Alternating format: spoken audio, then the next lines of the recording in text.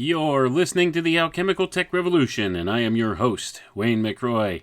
Good evening, good morning, wherever you are around the world. Tonight, we're going to take a break from the series that we were working on, talking about the rays of the QBL, and we're going to take a break from the Advanced Hermeneutics course, and we're going to discuss something that is a little bit more pertinent to current events that are going on now.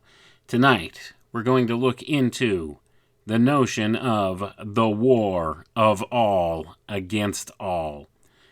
Many things have changed in the greater zeitgeist and in the political theater of the world around us in recent weeks, and a lot of it is a pre-echo of something Rudolf Steiner talked about in a lecture series he gave, talking about the apocalypse of St. John. And tonight, we're going to read from lecture number 8 of that series, which was given on June 25th, 1908 in Nuremberg. And we're going to understand a few things that we are witnessing on the world stage right now in a deeper context. So that is what I think is important to really take a break from the other things we've talked about and focus on this tonight, because we are seeing things on the world stage unfolding right now that are changing things on a fundamental level here in the current environment that we are living in. And all of this is the foreshadowing of events to come in the future. And are we indeed at the precipice of some type of an event here as discussed by Steiner? Now, he called this event we're going to speak of the war of all against all. And he actually predicts this as being a long way out from where we are right now in the timeline of things. But we're seeing the pre-echoes of this. We're seeing the archetype of this coming to manifestation here in the world right now. And maybe this is a symptom of the cyclical nature of things. Maybe this is something that will occur in this time frame as well as the future time frame in which Steiner tries to position it. Or maybe he was assuming it would come at a future time. And perhaps they are escalating the timeline of this, as it was predicted by the secret schools and laid out in religious works, as well as within the secret doctrine itself of these secret society groups. Maybe we're seeing all of it escalating and coming to fruition before our eyes. I don't know. I do not have the answers to all of this, but we are witnessing indeed the archetype of the war of all against all, as described by Steiner. And if you're not tracking with what I'm talking about so far, stick around, because we're going to cover that here tonight. So it's imperative that we look at this in the context that Steiner presents it, in the time we're at right now. We're seeing things, as I said, manifest before our eyes. And this gives you a logical description of what exactly we are witnessing. Now, many people have put the pieces together in other ways and have been able to show that we are indeed living in interesting times, and a lot of these things are known commodities by those controllers of this world. They know how to leverage the cyclical energies in certain ways against us, and we're seeing that happening on the world stage right now. They have pitted many people against each other, ideologies, one against the other. And this is just a symptom of this war of all against all, as Steiner describes it. So without further ado, let's get into reading from this lecture, and I will, of course, add some context and my thoughts to some of this as we go. So Steiner has said repeatedly that our epoch will end when the seventh age has passed away by the war of all against all. But this war must really be pictured quite differently from the way which we have been accustomed to think of war. So before we continue any further in the reading, I'm also going to point out the fact that we've discussed much of this before in the past on this broadcast, where we discussed the notion of wars and rumors of wars, as Jesus himself described it in Matthew chapter 24. This is designating a different type of warfare than what we would traditionally think of as warfare. And we've identified that as a type of domestic warfare, Well, Steiner takes it a step further and recognizes a facet of this whole thing that the domestic warfare side of it doesn't go into a lot of detail about, but it is certainly present. And that, of course, is what Steiner describes here in this war of all against all. So he says, we must bear in mind the foundation, the real cause of this war. This foundation or cause is the increase of egoism, of self-seeking and selfishness on the part of man. And we have now progressed so far in our considerations that we have seen what a sharp two-edged sword this I, or I am, of man is. Going to pause for a moment. So he's talking about the individuated self, the I am within man, the ontological self, the fundamental ego, if you want to call it that. They like to call it the ego in the secret schools. So this is what they're talking about. The individuated self, the I, capital I, within man. So let's continue. He says, he who does not fully realize that this I is a two-edged sword will scarcely be able to grasp the entire meaning of the evolution of humanity and the world. On the one hand, this I, or I am, within man, is the cause that man hardens within himself, and that he desires to draw into the service of his I, his inner capacities, and all the other objects at his disposal. This I is the cause of man's directing all his wishes to the satisfaction of this I as such. So I'm going to pause for a moment. So we're talking about a type of self-centeredness, if you want to call it that, or selfishness, and it's not necessarily an unreasonable selfishness in certain aspects of the approach here. We are all individuals, and this is part of our progression. The only problem is many have latched on to this notion and turned this selfishness, or egoism as described here, into a type of God of its own. A type of a philosophy of its own, and they are self-seeking, and this is not the direction spiritually humanity is to go ultimately, but it is part of the struggle of our evolutionary process as described here by Steiner. So let's go ahead and we'll continue. Steiner says, it's striving to draw to itself as its own possession a part of the earth which belongs to all, to drive away all the other egos from its realm, to fight them, to be at war with them, is one side of the I, or the I am within man. But on the other hand, he must not forget that the I is at the same time that which gives man his independence and his inner freedom, which in the truest sense of the word elevates him.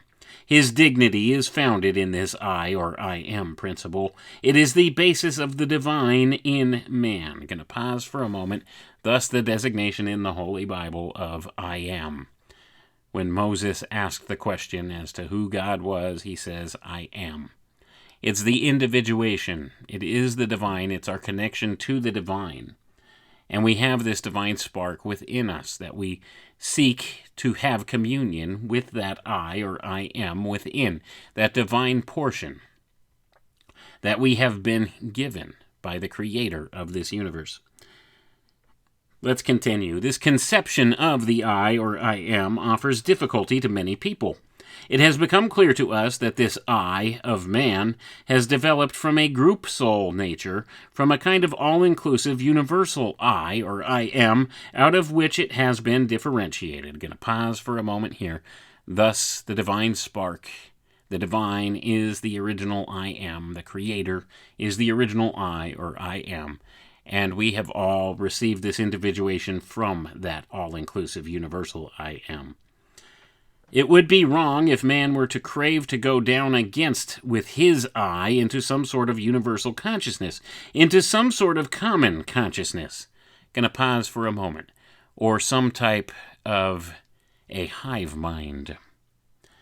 Now, Steiner is telling us it would be wrong in the evolutionary sense here for us to go in that direction, but that is most certainly where the dark controllers of this place are trying to push us into this hive mind mentality, into this thought form of manifesting some type of a greater consciousness or being encompassed into a greater type of consciousness.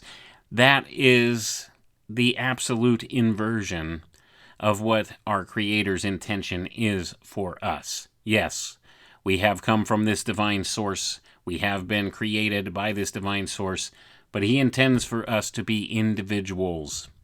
And there's a lot of misteachings out there that basically promote the idea that when we die, ultimately we receive this reunification with God consciousness, or we return back to that source, and we have this oneness with it. We become part of the hive mind again, as a way of looking at it in one spiritual viewpoint. This is a misteaching and a misnomer as far as I'm concerned. From all the things I've read, we are supposed to still retain our individuated nature, but still have a type of communal process or connection back to God, the source. It's very difficult to describe in words, and it's very difficult for the human mind to understand due to our finite nature. We have finite capacities of understanding consciousness and what all this means. It's a very difficult conception here. But Steiner says that we come out of this all-inclusive universal I, or I am, and we've been differentiated from it. And then he says it would be wrong if man were to crave to go down again with his I into some sort of universal consciousness, into some sort of common consciousness. Everything which causes a man to strive to lose his I, or his I am within, his ontological self, his individuation, and to dissolve it into a universal consciousness is the result of weakness. He alone understands the I, or I am, who knows that after he has gained it in the course of cosmic evolution, it cannot be lost. And above all, man must strive for the strength, if he understands the mission of the world, to make this I, or I am, more and more inward, more and more divine. Gonna pause for a moment. So this is something that you cannot lose, this individuated portion of yourself, unless, of course, you buckle and cave to those dark forces that are working on you from outside to try to convince you to give up your sovereignty, to give up your individuation, your I am within, and to become part of the collective. That's essentially what Steiner is saying, and we will be pressured from these dark forces from without to give up that sovereignty that is the ego in man, as described by some of the mystery schools in their teachings, and they often designate a negative connotation to this term ego. You'll notice that because they talk about this dissolution of the ego as being part and parcel of many of their teachings, and as we see, that is the inversion principle applied. Now, Steiner was one of the few, in my experience, that spoke against this and understood this precept. There's very few within the modern occult movement that speak on such things in this way. They're all about this reconnecting with source idea, and that when you shed off this mortal coil, you become reunited with God, with the God consciousness or principle once again. And that's an incorrect view. That's not what we're designed for. That's not how the Creator made us. We were given this individuation for a reason. And we're supposed to still have that connection back to Source, but be an individual in the process. And we all have a unique role to play in this world and in this universe in which we exist. And this is what is lost on most, and they think they will be reabsorbed back into the God consciousness, and perhaps recycled later and come back into fruition, into being as a reincarnated figure here on the earth again, or they'll elevate themselves beyond that cycle and ascend to the next level, the next spiritual plane.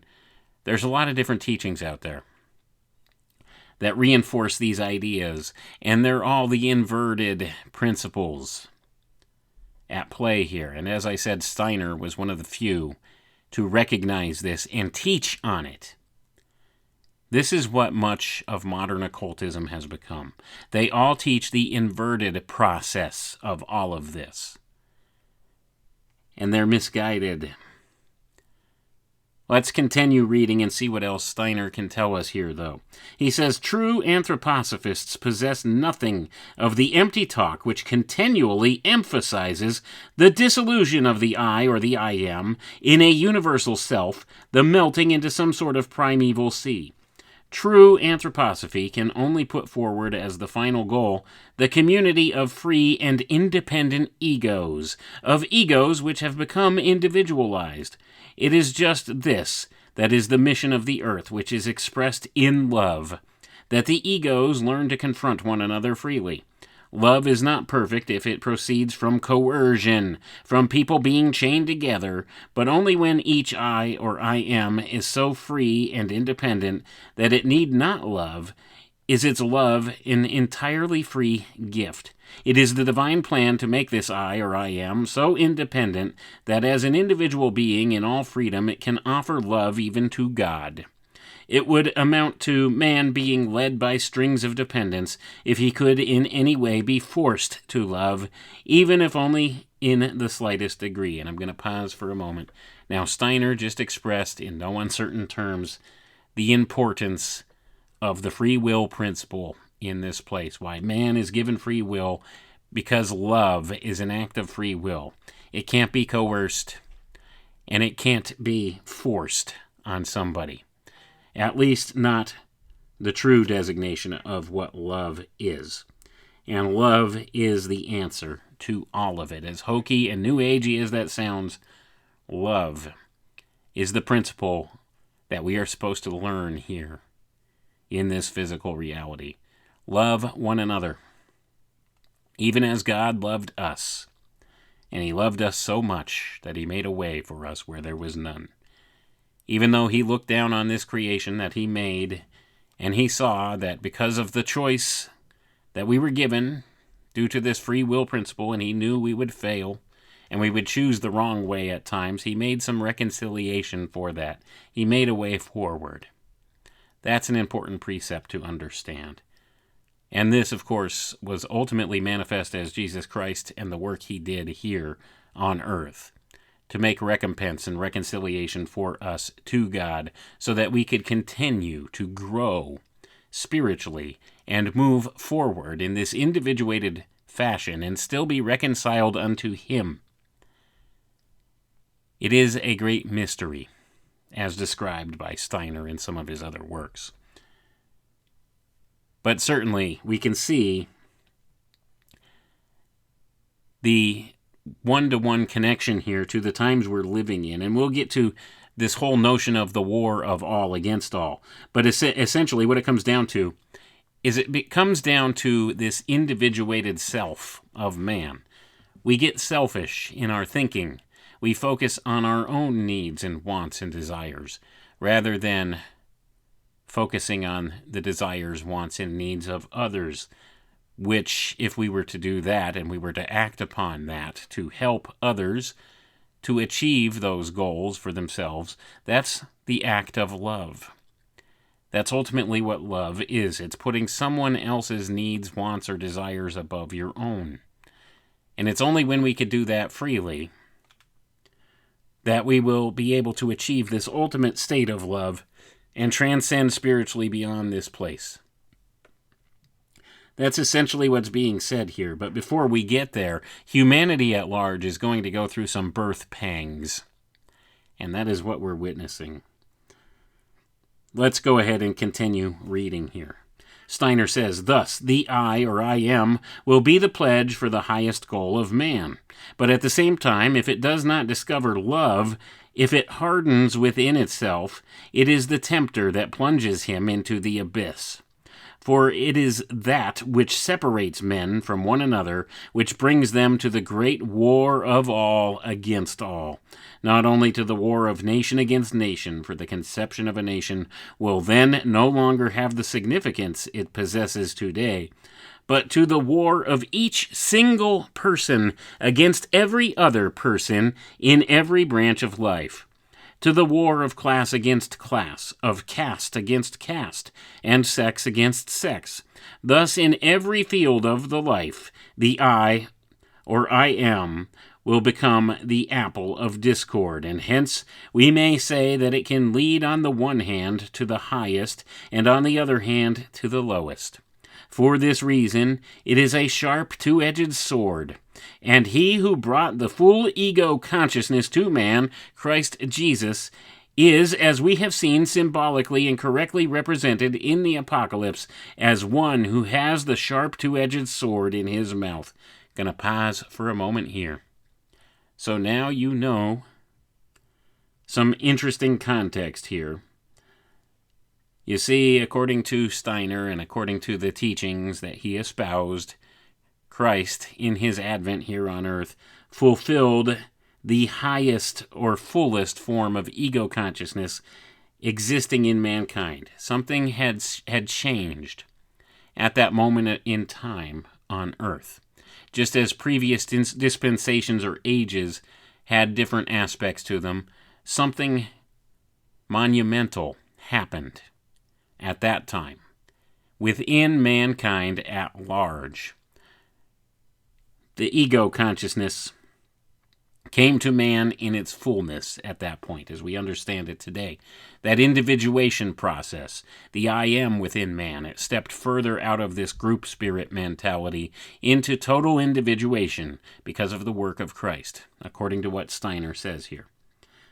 I hope this makes sense. Let's read on. We have represented it as a high achievement of man that just through Christianity he has been able to ascend to this concept of the free I, or I am, within man. Christ Jesus brought the I in all its fullness. Hence, this I must be expressed by the sharp two-edged sword, which you already know from one of our seals. And the fact that this sharp two-edged sword proceeds from the mouth of the Son of Man is also comprehensible, for when man has learned to utter the I, or I am, with full consciousness, it is in his power to rise to the highest or sink to the lowest.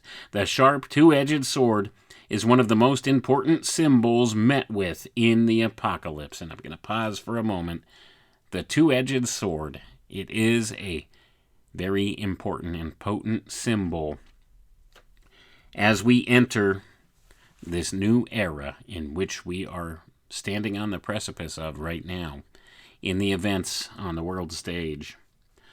Now, if we understand what was said at the close of the last lecture Steiner gave, that after our present civilization will follow that which is characterized in the last lecture through the community of Philadelphia, we must particularly notice that from the sixth age will be taken those human souls who have to pass over into the following epoch. So I'm going to pause for a moment. So what Steiner spoke of in the previous lecture was he spoke about the seven churches represented in the book of Revelation and what they represent, and how these different dispensations or churches, as represented symbolically in the book of Revelation, they represent these different ages or eras of humanity, of which we are sitting at the end of the fifth era and ascending into the sixth era, according to the anthroposophists and the theosophists and the Rosicrucians and all the other groups that have tracked through the ages to follow this secret doctrine and bring it forward. That is what their claim is. We are the fifth race of man in this dispensation, and we are going to be ascending to the sixth race of man. And these are not races as you would think of them right now, not exactly. But we are entering that new period, according to what they are saying.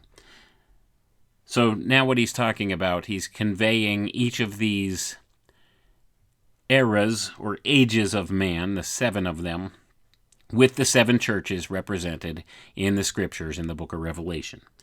And he's talking about the community of the Church of Philadelphia in the book of Revelation. Not speaking of Philadelphia, the city in Pennsylvania. Speaking of the older Philadelphia, which existed in biblical times and was part of the early church, one of the early churches.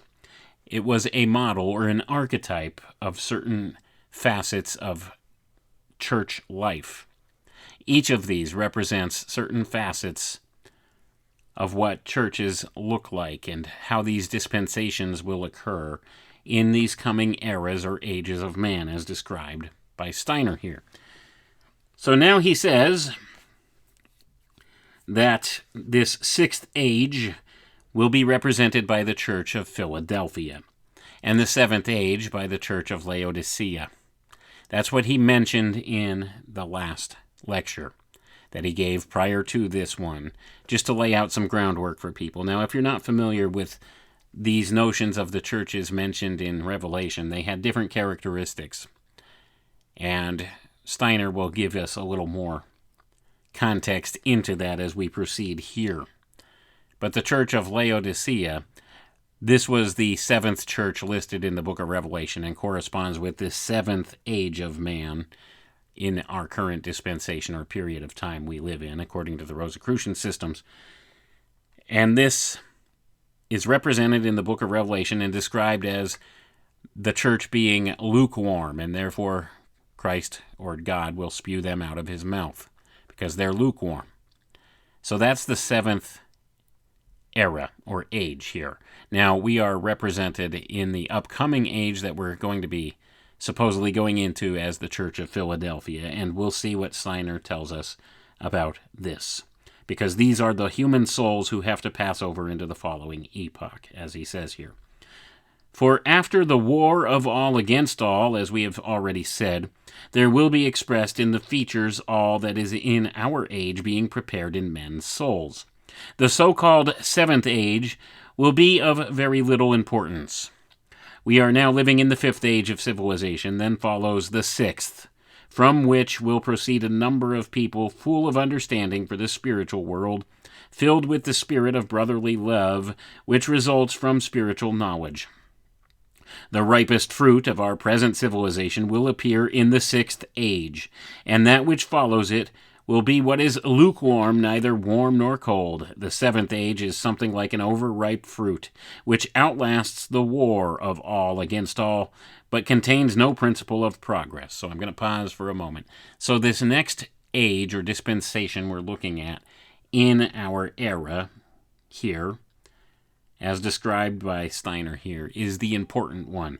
The seventh one is kind of like a hanging over of some of the more negative features of humanity's prior ages. That's essentially what he's saying here. Contains no principle of progress.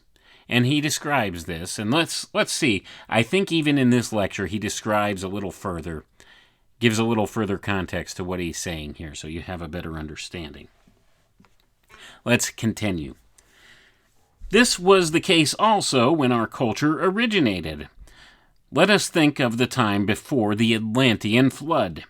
We have said that it was in the last third of the Atlantean epoch, which men experienced on the land now covered by the Atlantic Ocean, when a small group was formed in the neighborhood of the present Ireland, which had reached the highest stage of Atlantean civilization, and this group then migrated to the east, whence all later civilizations have proceeded.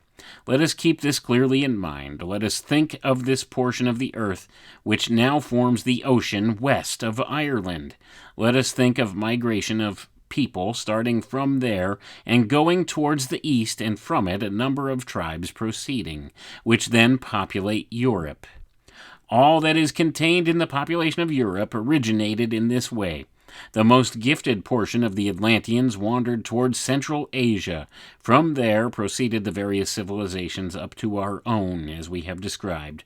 So we see that our present civilization originated in a small group of Atlanteans.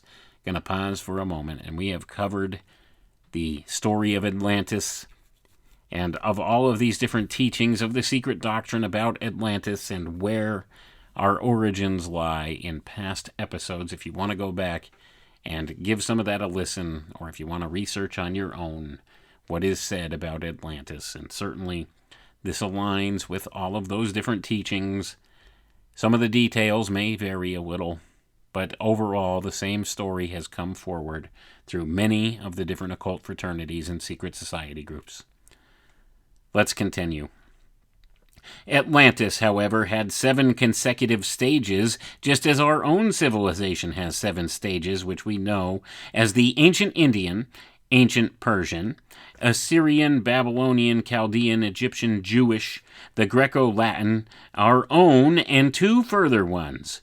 It was in the 5th stage when this emigration began, so that the specifically or specially chosen population of Atlantis, which lies at the foundation of our culture, is taken from the 5th Atlantean race, for in Atlantis we may speak of races. A 6th and 7th followed. These were, so to speak, the lukewarm races. Going to pause for a moment here. So we are derived from this 5th Atlantean race, according to the secret doctrine. That is where our modern civilizations came from. The 6th and 7th races of the Atlantean epoch were inconsequential, they were lukewarm, and they had no further progression that they made, so they died out. That's what's being revealed here. And it is only this 5th Atlantean root race that came forward to form the modern man, as we know him. And we are, once again, in the epoch we live in, according to the Rosicrucians and according to the secret doctrine of all these various groups, we are the 5th race of modern mankind, and there will be 2 more iterations thereof. Now, you'll notice there's a progression here. There's a progression stepping forward. You see, it was the 5th race of the Atlanteans that became the important race in the advancement to the next stages in our modern era, to the modern races of man. Now, think of race differently than you do on the surface level, okay? This is an important distinction to be made. So this is a time period where man was genetically different than he is now. Not just genetically, but spiritually as well. And in fact, a lot of the different natural laws that we have now were different in the Atlantean epoch.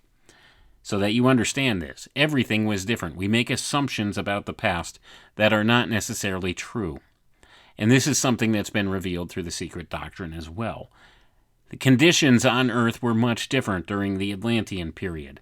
Man himself was different during the Atlantean period, but it is the remnant of this Atlantean culture or race that survived to become the modern races of man, the modern eras or ages of man, as we progress through these different stages, as presented here. Now you'll notice it was the 5th race of Atlanteans that progressed. Now, according to Steiner, it will be the 6th race of our modern man that will be the important remnant of the next period. I hope I'm not losing you on this. This is all cyclical in nature. It all goes in series or steps of 7. There's 7 revolutions, 7 ages, if you want to call them that. They call them different things, 7 spheres, 7 different cycles of time, and there are sub-cycles of time in steps of 7 within each of those. That is how this is described in the secret doctrine and in many of the teachings. A lot of this is difficult to explain to somebody that's new to this way of thinking, but it's important that we touch upon that. So we know that it was the 5th stage of the Atlanteans from which this emigration began and formed our modern races of people, as we know it here, our modern civilizations. That's the importance. So now, likewise, we live in the 5th period of civilization of man in this era, and the one that we're on the precipice of, this 6th age of man, or era, that we are proceeding into, is the important one. This is the remnant that will go to the next cycle. So just putting that aside, so he told us the 6th and 7th races of the Atlanteans were the lukewarm races. Now he describes the 7th race here of modern man as being the lukewarm one, and the 6th one being the one that will progress. Just so we're clear before we proceed here. So let's continue. I know that's a mouthful, and I hope I'm not losing all of you on any of that. Says they also survived the Great Flood, but there was no living, sprouting force in them. They were related to the fifth Atlantean civilization somewhat, as the bark which is lignified and hardened is related to the sappy stem. These two races, which followed the actual root race of Atlantis, were incapable of developing. They were overripe, so to speak. You may still see stragglers of these old overripe races today, especially among the Chinese. Gonna pause for a moment. This is according to the teachings of Theosophy and according to Anthroposophy. They say that some remnants of these 6th and 7th Atlantean root races continue on in some of the Asian cultures. That is what they claim. I don't know the truth to any of this. Steiner was well versed in a lot of this stuff. There were others who were also well versed. I have read many of these same things from many of the different systems of occultism that have been brought forward. They align in these points of view, in these ways of thinking. Whether it's correct or not, I can't say for certain, but it seems like maybe there's something to it. That's perhaps why many of what we would attribute as traits of various racial groups today are different in some categorizations or another from one another. And these are just physical traits. This is not anything to do with the human soul or spirit at all. We're all human. We're all related. That's the important concept. But let's continue. So Steiner says, this Chinese people is characterized by the fact that it has not identified itself with what was manifested in the fifth race, the root race. It was when the etheric body entered into the physical body that man received the first germs which enabled him to say, I, or I am. Gonna pause for a moment. So now we're getting back to some fundamental precepts here. If you go back to the early dispensations of the Bible and of the teachings therein and all of the different mythologies and everything that surround that time period, you're beginning to learn something important about the early Earth as we know it today in our modern age, in the modern era. You see, it's only when the etheric body entered the physical body that man became self-aware, became individuated, in a sense, according to what they teach. So that, to me, gives us an indication of conditions on the early Earth. As described, they were much more etheric or malleable in nature than they are now. I hope that you understand the importance of what we're telling you here. I hope you could understand the importance of what's being conveyed in that concept. The Earth was still partially etheric in its manifestation in the early ages prior to the Great Flood. The world operated very much differently in its natural laws than it does now. I hope this makes sense to you. As I said earlier, we make certain assumptions about the past that are likely incorrect, and thus our modern science gets it wrong, because they assume it's always been the way that it is now. It's always functioned under the same laws as it does now, and that's not the case. When you bring the etheric portion into view, you begin to understand there's different natural laws in the etheric than there is in the physical. And this is what is lost on most of modern science and even on a lot of the philosophers and thinkers of this time, and especially a lot of the theological concerns of this time. They're assuming that it's always been how it is. Things have always functioned how they do now. That's not the case. It's an assumption. Anyway, I digress on that point. Let's continue and see what else Steiner can tell us. So he says they had passed over that period. They had, however, thereby developed the high civilization which is known today, but which was not capable of development. The fifth Atlantean race sent its people everywhere, and they founded new civilizations, civilizations capable of growing and becoming more perfect. Indeed, this all developed from the ancient Indian civilization to our own. The sixth and seventh races of Atlantis allowed themselves to become hardened and therefore became stationary. As we have said, the Chinese civilization is a remainder of that ancient civilization. The old Chinese possessed a wonderful Atlantean heritage, but they could not progress any further. Nothing remains uninfluenced from outside. You may examine ancient Chinese literature. It has been influenced from every direction, but its fundamental tendency bears the Atlantean character. This self-completeness, this capacity of making discoveries and going no further, could never bring the Chinese beyond a certain stage.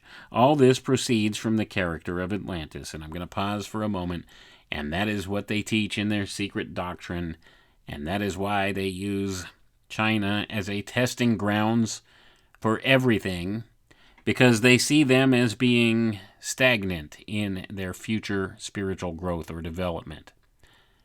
They see them as having the good characteristics of Atlantis, but also being able to progress no further. Therefore, they use them as the test model, because you see all of the different strategies and technologies that they are attempting to unleash upon the world at large are designed to trap man in this state of no more progression. So they see it as the archetype that they want to implement these things with. So if it tests positive with that group, then perhaps it will test positive with those who have been stagnated in their development in the other portions of the earth. You see, it's all about this dividing of the wheat from the chaff at the end of the day when it comes to what these dark occultists who run things at the top of the power structure want to do. They want to separate the wheat from the chaff, and they view the vast majority of us as the chaff to be controlled in that way. But there's always a remnant that will progress beyond all of this. That's what's being addressed here. Now, like I said, I don't know if all of this is true or not. I'm just telling you what it is that they teach within this secret doctrine, and they've kept hidden from you for all this time. And a lot of this stuff begins to make a lot more sense when you look at the state of the world right now, and you look at why do they do the things they do. Well, this is exactly why. And as I always caution you, it doesn't matter what you believe. You could think all of this is hokum and nonsense if you'd like. But what I'm telling you, and this is the important part that you realize, is that there are people in positions of power in this world that very much believe in all of these precepts and concepts, and the things that they do to act upon their beliefs in this stuff will affect all of us. So it's important that you know it, you understand it, and you realize what it is they're doing and why they're doing it. It's all based upon this secret doctrine that has been kept hidden from the masses for a very, very long time. Now let's read on and see what else we can learn here.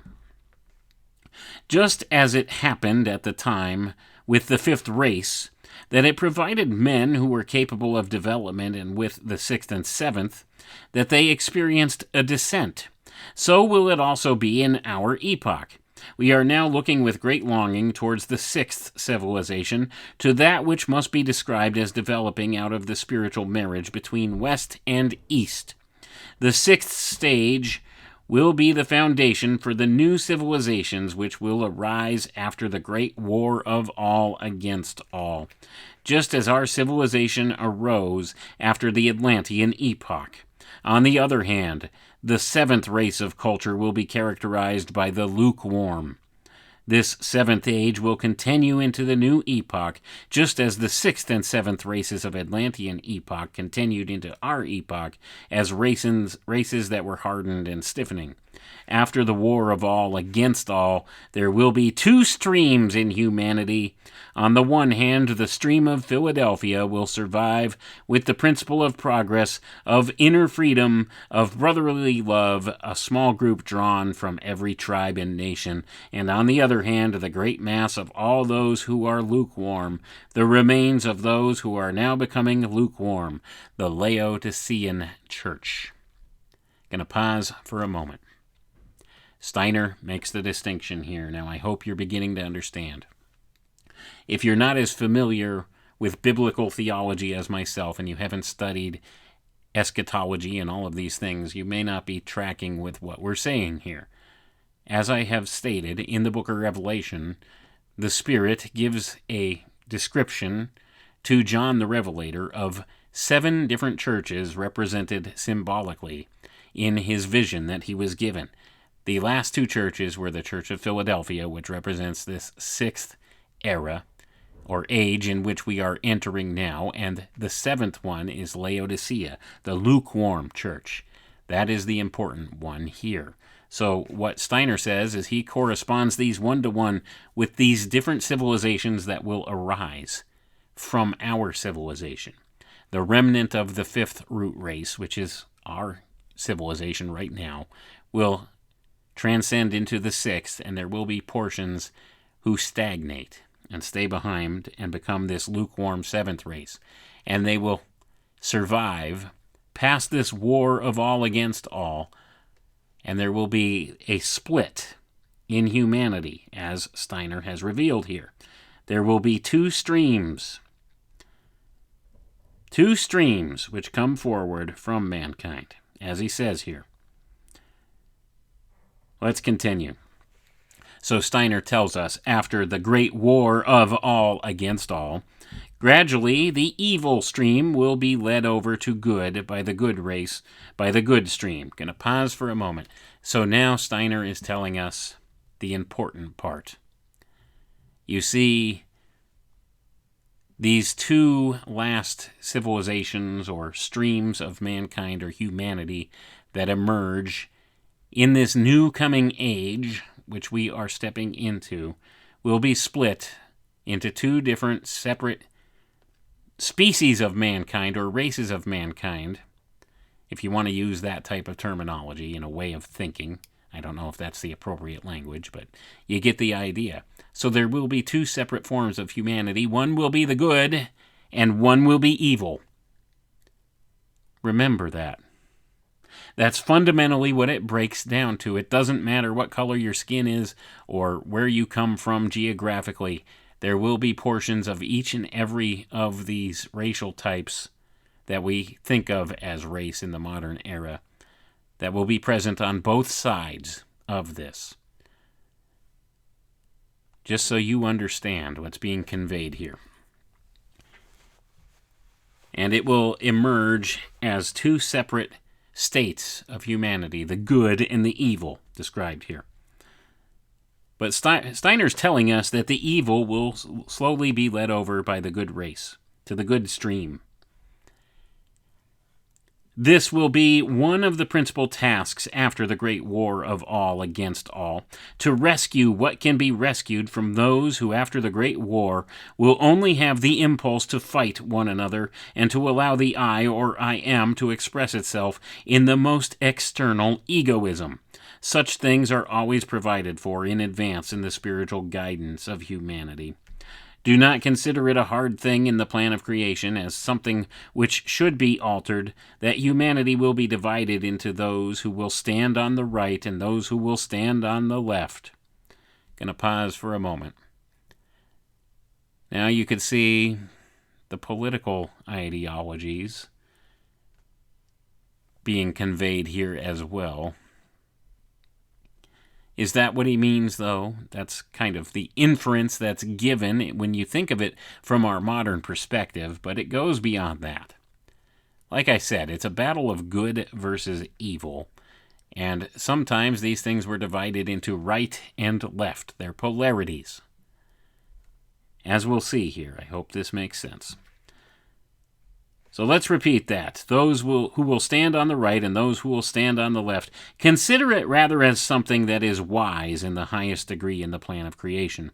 Consider that through the evil separating from the good will receive its greatest strengthening.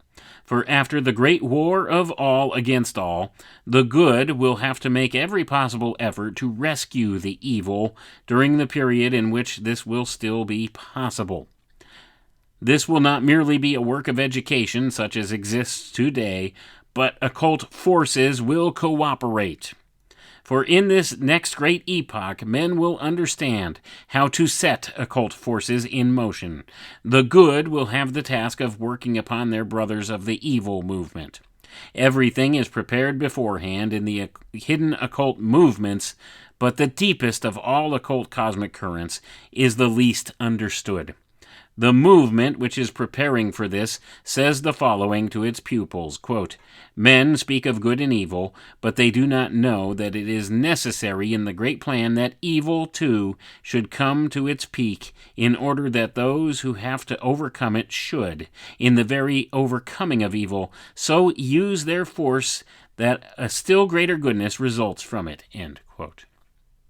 The most capable must be chosen and prepared to live beyond the period of the great war of all against all, when men will confront those who bear in their countenances the sign of evil. They must be so prepared that as much good force as possible will flow into humanity. It will still be possible for those bodies, which are to a certain extent soft, to be transformed after the war of all against all by the converted souls. But the souls who will still be led to the good in this last epoch. In this way, much will be accomplished. The good would not be so great a good if it were not to grow through the conquest of evil. Love would not be so intense if it had not to become love so great as to be able even to overcome the wickedness in the countenances of evil men. This is already being prepared for, and the pupils are told, "You must not think that evil has no part in the plan of creation. It is there in order that through it may come the greater good."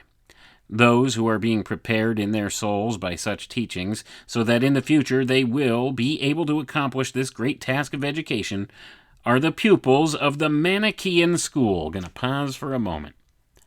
Now, Steiner is making some claims about the Manichaeans and their teachings here. And is he correct? I don't know. I don't have the answers to that.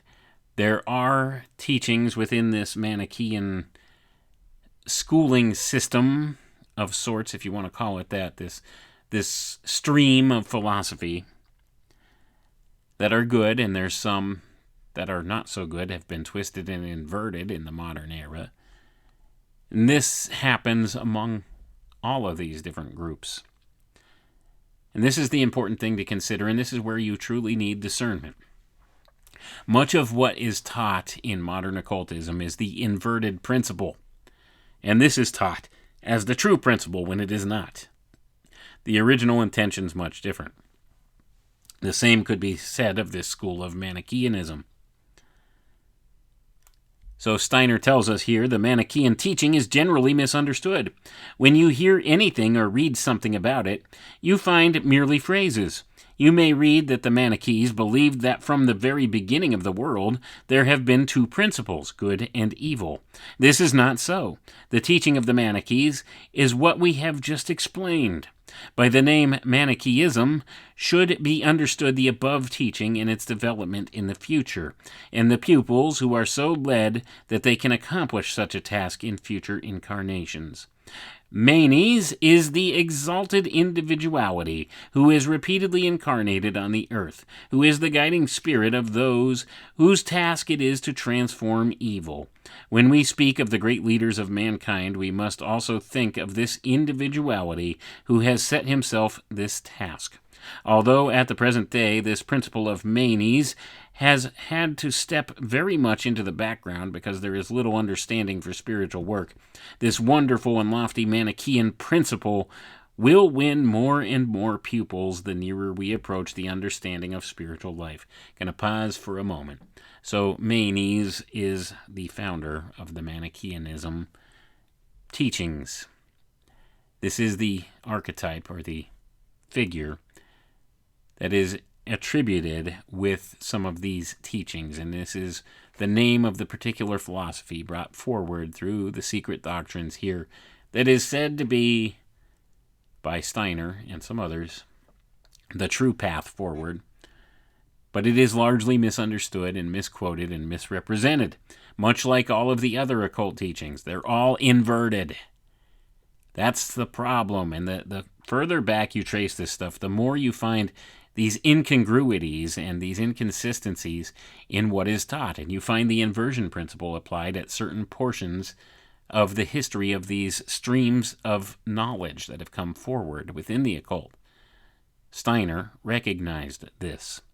As I have said, he's one of the few that recognized that what has happened is many of these people who claim to be for the good of humanity were teaching the inverse principles.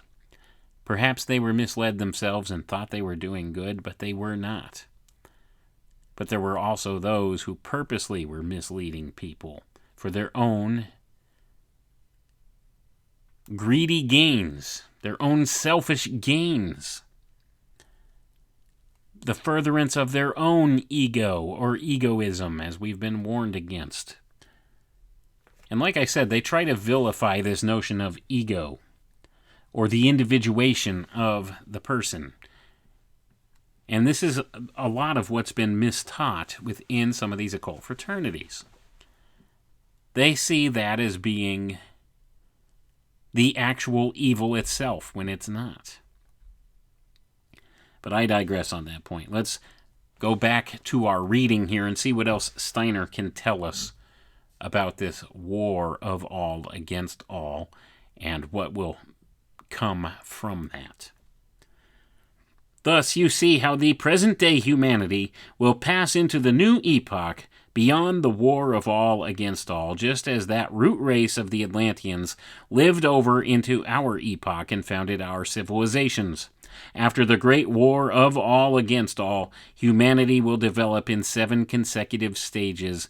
We have already seen how that which is said concerning the opening of the 7 seals in the Apocalypse of John gives us the character of the 7 consecutive civilizations after the Great War. Then, when this civilization, which can only be seen by the initiates in the astral world and in its symbolism, has run its course, a new epoch will begin for our Earth development, in which again new forms will appear. And this new epoch, which will follow the one just described, is symbolized in the Apocalypse of John by the sounding of the 7 trumpets. Just as the epoch after the great war of all against all is characterized by the 7 seals because the Seer can only see it today from the astral world, so by the sounding of the trumpet is characterized the stage of civilization which follows because man can only perceive it from the true spiritual world where the tones of the spheres sound forth.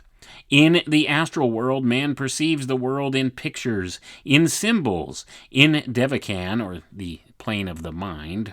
He perceives it in inspiring music, and in this Devakan is contained the climax, as it were, of what is revealed concerning what follows the great war of all against all. And I'm going to pause for a moment here. And this essentially is all of what was revealed to John the Revelator in his vision he was given in the book of Revelation. You see, he was viewing things in the spiritual world. His vision was of things happening in the astral or spiritual world, as well as the Devacanic plane or the mental plane, the mind. I hope this makes sense to you, and that is what he described in the book of Revelation. So those who are looking at the book of Revelation and expecting a literal physical manifestation of those things that John saw in the spiritual, I think they're going to be mistaken or deceived when these things come to fruition on earth. It's going to look very different in the physical, material world manifestation of these things than what John saw in his vision in the spiritual realms, in the astral. You see, these things cannot be seen by physical eyes in the physical world. So when this stuff comes to fruition, it will likely look a lot different than what people are expecting, especially those of the theological mindset who take things on the literal level in the biblical explanations given. It's describing something spiritual to you that you cannot perceive in a physical sensibility here. That's an important distinction to make. But here, Steiner gives us a little diagram in which he shows these 7 different time periods represented within the larger 7 different time periods. And it's just a timeline that he really gives here, with Roman numerals distinguishing periods 1 through 7, and then giving in the regular numerals we're familiar with in a smaller subset, 1 through 7. He says, thus, if we represent in a diagram, we have our 7 ages of civilization in the space between these letters A and B that he distinguishes there on the diagram as well, showing the current age that we are in. So that we have the ancient Indian civilization being the first. Then we have the ancient Persian as the second. The Assyrian, Babylonian, Chaldean, Egyptian, Jewish next. And then the Greco-Latin as the fourth. And our own as the 5th stage of the post-Atlantean epoch. And then he has 6 and 7 there. Those are the 2 future stages which we've discussed here. Now, this is a smaller cycle of time within a larger cycle of time. And all of this sits within the corresponding place on the timeline where it starts about 3/4 of the way between the Roman numeral 4 and 5 and goes about halfway until between the Roman numeral 5 and 6. Now, I hope I'm not losing you on the description here. Oftentimes, diagrams like this are important in understanding or showing an image of how to think of this or as to where we sit on the timeline of events here. So we're sitting at number 5 in this smaller subsection of the time period. Anyway, let's continue. So the figure that he shows here, which is figure 4, would be the Atlantean epoch. The Great Flood, by which this comes to an end, happens at the letter A on this timeline, which as I described is about 3/4 of the way between the Roman numeral 4 and 5, or the Atlantean age and the modern age.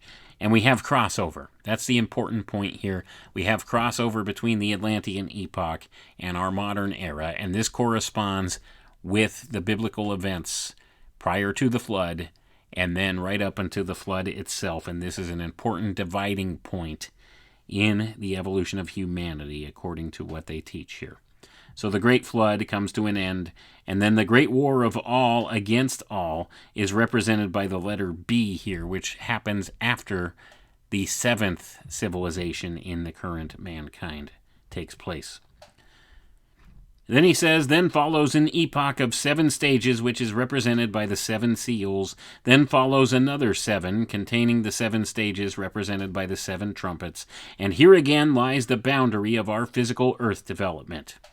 Now then, beyond our physical earth development, there will be something else that occurs next. There will be a future incarnation here of earth existence that is much different than what we know now and recognize now.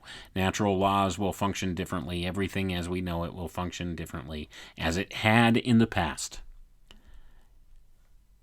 Let's go ahead and we'll continue reading. Now, the Atlantean civilization, which preceded our own, was only preceded by other stages of civilization, for that of our own, which follows the Atlantean, is the 5th stage on our Earth. 4 stages of civilization preceded it. But we can scarcely call the first stage of civilization culture. Everything was still etheric and spiritual, all in such a condition that if it had developed further in this way, it would not have become visible at all to sense organs such as ours. The first stage developed when the sun was still bound up with our earth. There were then quite different conditions. One could not speak of anything which looked like the objects now surrounding us. Then followed a stage characterized by the sun separating from the earth, then one characterized by the moon leaving the earth. This was the third stage, which we call the ancient Lemurian epoch.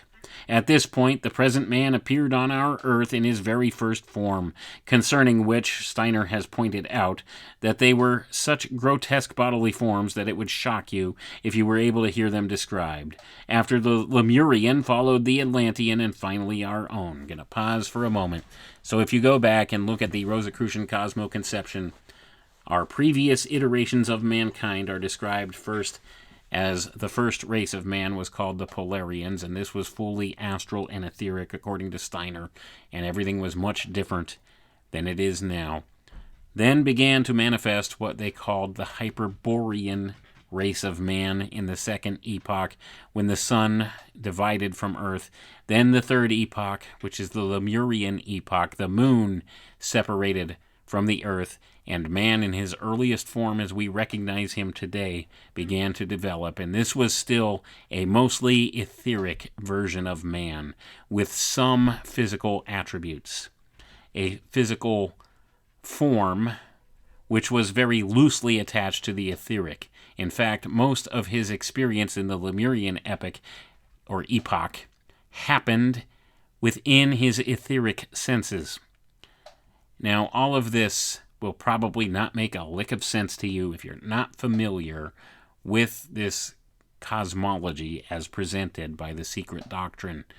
These were different times with different physical characteristics and different natural laws present, and in fact, a lot of it was a type of etheric or more malleable existence.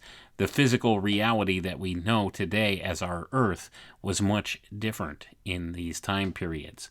And that's why I say, our science looks back and makes assumptions that are not correct. It assumes things had always been the same, when that's not the case. The natural laws that governed the world were much different in those periods, and much of the world was still in an etheric state. The consciousness of man was in a much more etheric state. Anyway, I hope this makes sense to you. But getting back to the reading here, let's continue. So Steiner says, you see that we have on our Earth 7 epochs of development. The first 2 were absolutely unlike our epoch. The third partly ran its course in a region lying between the present Africa, Asia, and Australia, in ancient Lemuria. In the very last Lemurian race, there was again a small group of the most advanced. These were able to emigrate, and from them develop the 7 races of the Atlanteans. The last Lemurian race founded the Atlantean races.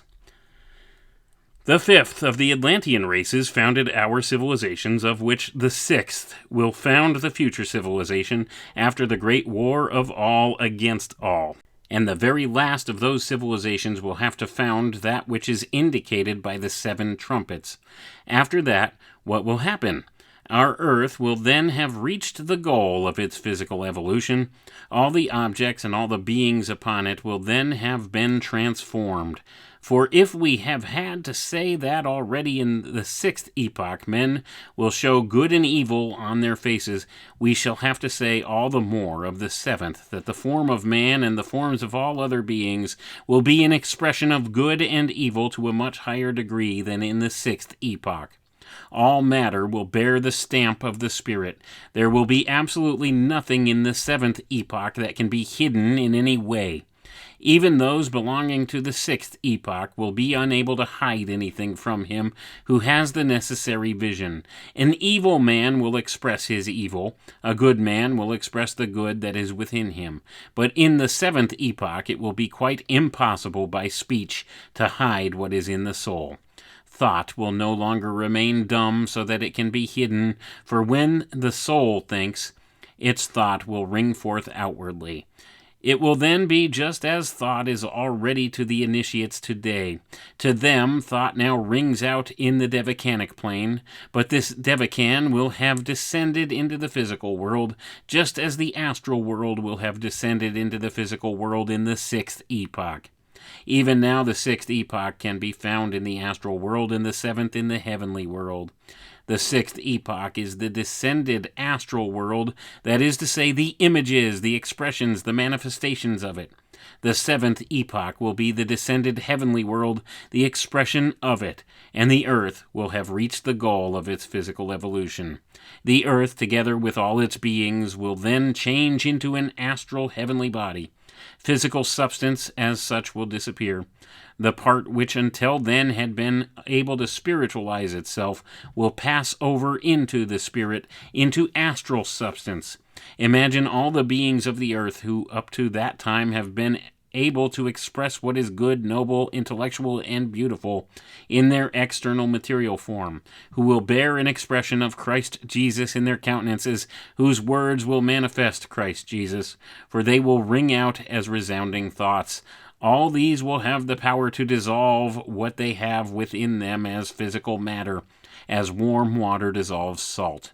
Everything physical will pass over into an astral globe, but those who up to that time have not progressed so far as to be a material and corporeal expression of what is noble, beautiful, intellectual, and good will not have the power to dissolve matter. For them, matter will remain. They will become hardened in matter. They will retain material form. At this point, the Earth's evolution there will be an ascent into the spirit of forms which will live in the astral and which will separate from themselves another material globe, a globe which will contain beings unfit for the ascent because they are unable to dissolve the material part. In this way, our Earth will advance toward its future. Through the souls gradually refining matter from within, the substance of the earth will become more and more refined until it receives the power to dissolve.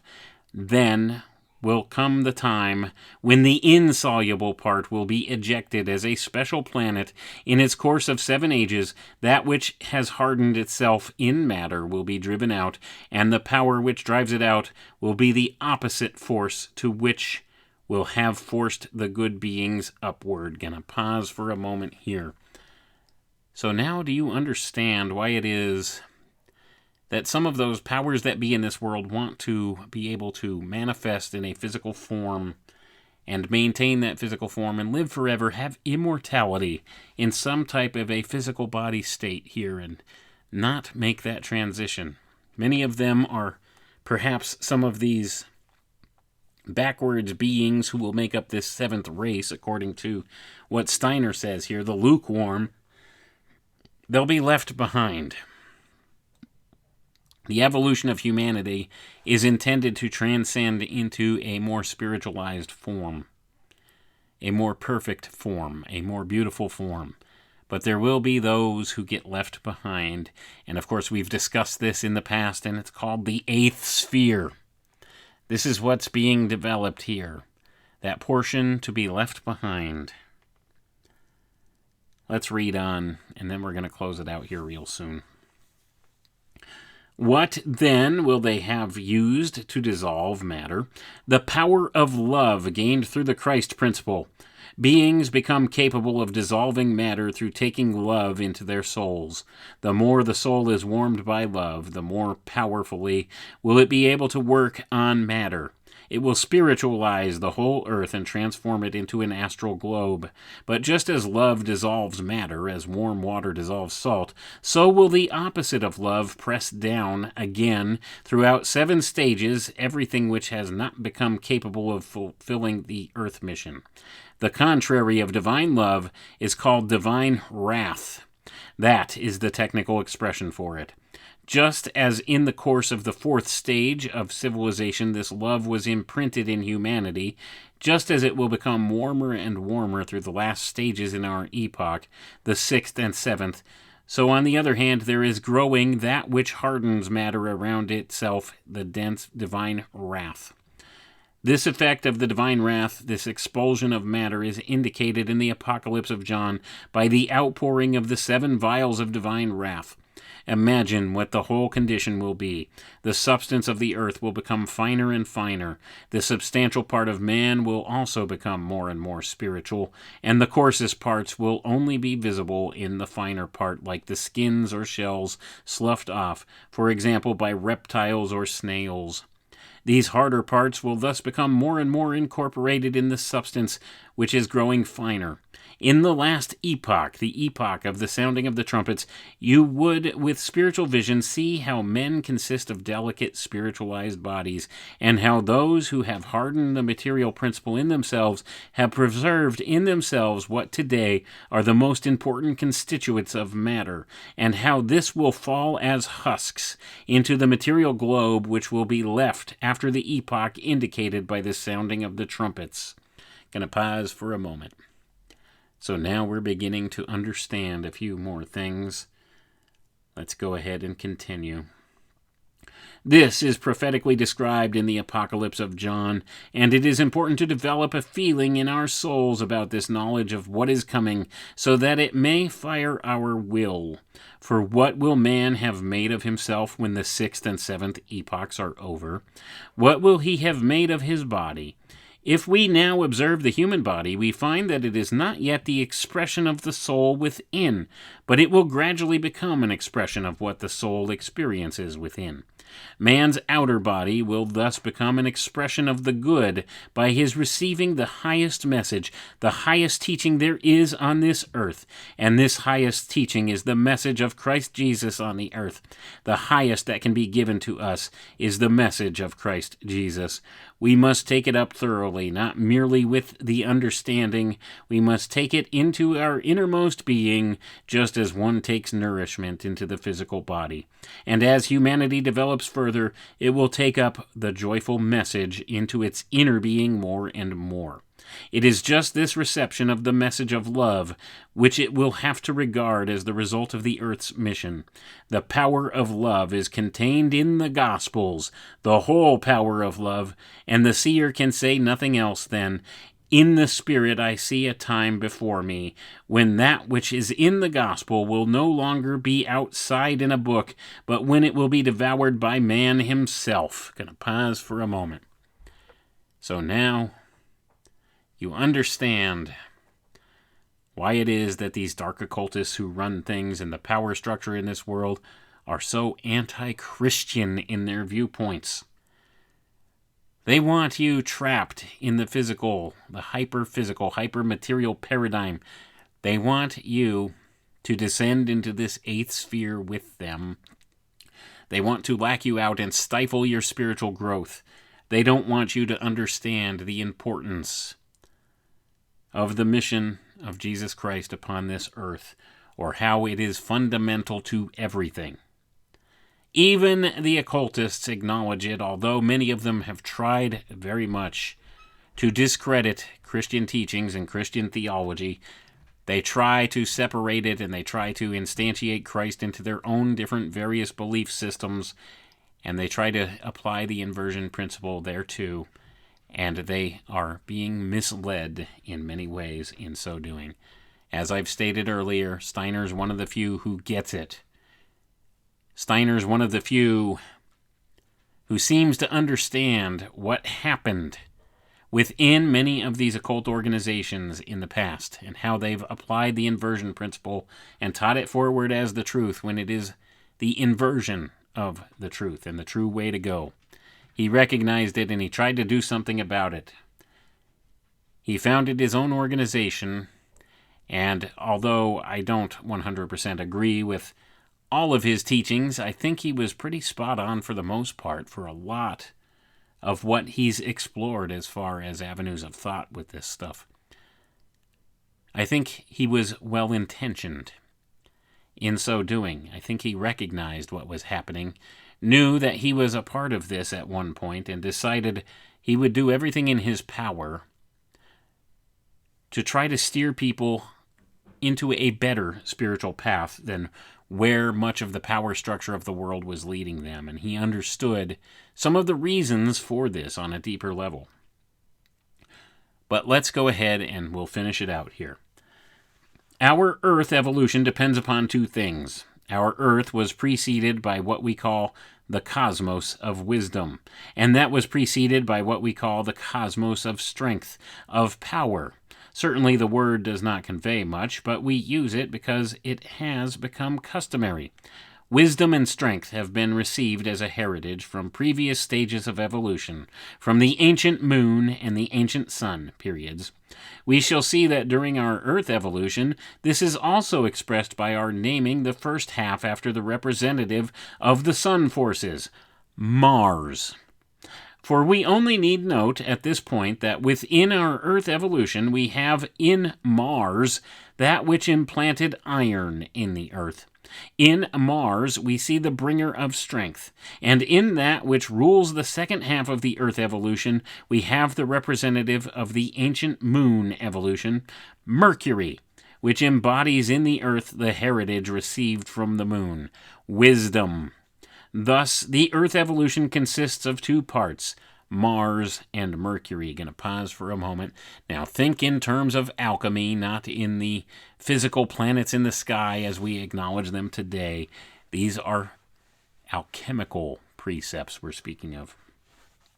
It has received a heritage, two mighty forces. That which it has inherited from the cosmos of strength is expressed in Mars, and that which it has inherited from the cosmos of wisdom is expressed in Mercury. The mission of the Earth itself is to bring love.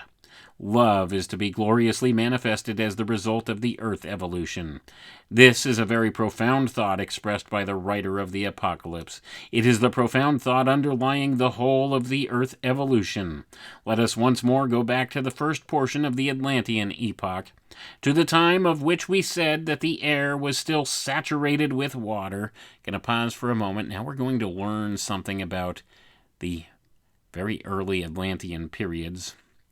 Little something that the secret schools have known about our past and our history and the nature of reality for a long time and have kept hidden from the masses, and science still does not acknowledge.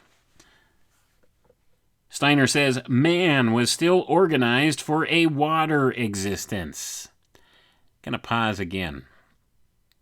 Now do you understand why much of our language and parlance that we have in the modern era is based upon maritime language and maritime admiralty law, all of these things? Atlantis was a period in which water was an important part of existence. Man was still organized for a water existence. Only in the middle of Atlantis had he progressed so far that he forsook the water and trod upon solid ground. Up to the middle of the Earth's evolution, we must regard water as the vehicle of human evolution, just as afterwards solid Earth.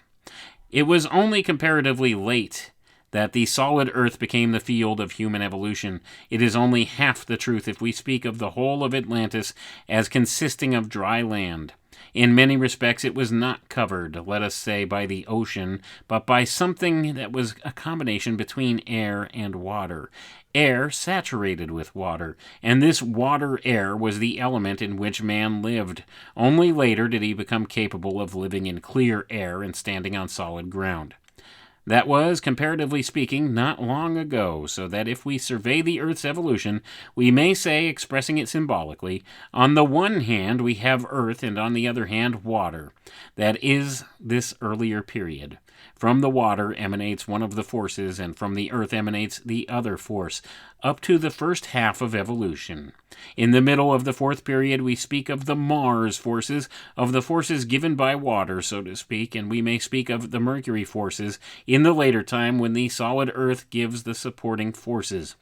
This fits quite accurately into the conception that man is supported in his entire Earth mission by two pillars. They represent two parts of the Earth's mission, the two heritages man has received from earlier periods, and above them is symbolized what is to be attained through the Earth itself, namely love, which is there gloriously revealing itself, which is supported by these heritages. Thus, the writer of the Apocalypse really describes it just as it presents itself to those who ascend. Therefore, when we observe what lies beyond the earth and what confronts us when earthly substance dissolves into the spiritual, this is symbolically indicated by what we see in the fourth seal. Of course, it has to appear reversed because it represents what belongs to the future. We see the two forces which the earth has received as heritage from the cosmos of wisdom and the cosmos of strength, and we see all that appears as fulfillment of the earth's mission as the force of love which man develops. The whole appears to us as the personification of the man of the future. The man of the future here confronts us symbolically, supported by these forces, permeated by their power. The message of love, the book before him, is a book which influences him not only from without, but he has to devour it. Here we behold before us the mighty picture which appears at this stage.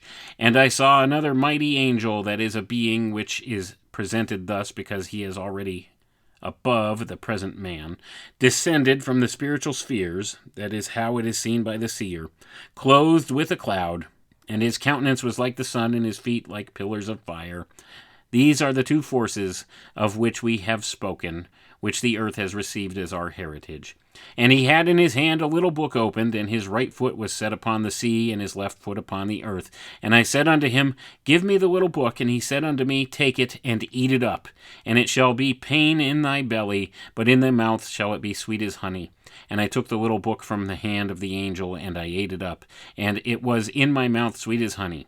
Here we have the feeling arising in the seer when he directs his gaze to the point when the earth passes from the physically material into the astrally spiritual, when the earth mission is attained. And when the seer sees this, he learns what is really connected with this message of love, which entered into us as an impulse in the fourth age. He learns even in the present life, as the apocalypse learned, what bliss is and what bliss may lie before humanity. But he learns it in his present body, for if a being wished to live with man, however high he might be, he would be obliged to incarnate in the flesh, and in many respects the present body, just because it offers the spirit the possibility of rising high, also gives the possibility of suffering.